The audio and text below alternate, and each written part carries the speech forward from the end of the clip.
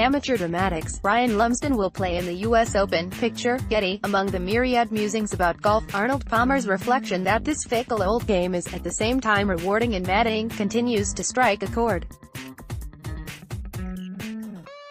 Whether you are competing for millions in the upper echelons of the professional scene or thrashing away in your home club's husband, Ryan Lumsden certainly knows a thing or two about fluctuating fortunes.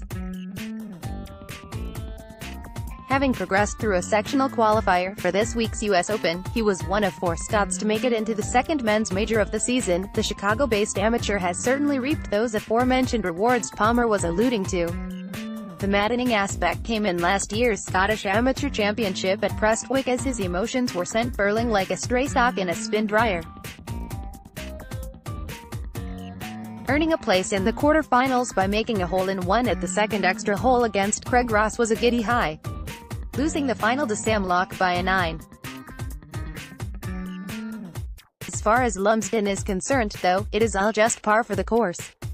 It happens in golf, reflected Lumsden, who will join his compatriots Russell Knox, Richie Ramsey and Callum Hill in the U.S. showpiece at Shinnecock Hills. That's the way our sport is. I'd never had a hole-in-one and to see the ball go in was crazy. That was one of the highlights I'll remember for the rest of my life. It was such a rare feeling. In the final though, I just didn't do anything right. But you get these days in golf. Real danger is assigning too much emphasis on a really great day or a really bad day. There's no point dwelling. Lumsden has had little time to dwell on his success in getting through the qualifying shootout in Ohio. I got back at 3 a.m. the next morning and was sitting a final exam at university that day, said the Anglo-Scot, who is on a golf scholarship at the highly regarded Northwestern University in Chicago. The U.S. Open is finals week at the university, but I'm getting them done early. I also have to move out of the dorm I'm in, so I have to figure out where to put my stuff. It's certainly keeping me busy. Tiger Woods doesn't have to worry about that. Perhaps Lumsden could shove his odds and ends in Woods' $20 million super yacht, which the former world number 1 has moored up near Shinnecock Hills. Rubbing shoulders with the great and the good will be quite the experience for Lumsden. He has been up close and personal with them before, but this week's affair will be slightly different to his last experience of golfing star spotting. In 2015 my high school had won a national championship and we got passes to go on to the driving range during the Open at St. Andrews, recalled Lumsden, 22.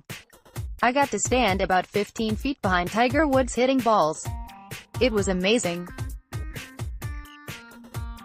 It's going to be strange to think that in a few days I'll actually be hitting balls on the same range as these guys. Lumsden thought he had blown his chances of a U.S. Open spot when he racked up a damaging double bogey on the 14th hole of his second round, but a brave birdie on the last hole, where he trundled in a knee-knocking 6-footer, saw him squeeze through on the limit alongside former Masters champion, Adam Scott.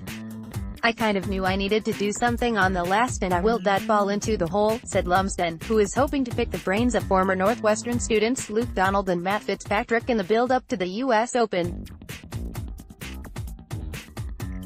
It was less crazy than that hole-in-one, but the magnitude of what I'd achieved in getting to a major will be up there with my best feeling in golf. I have nothing to lose now and I'll try to not let the scale of the event get to me. It's a nice reward for the work I've put in. Let's hope it's not too maddening either.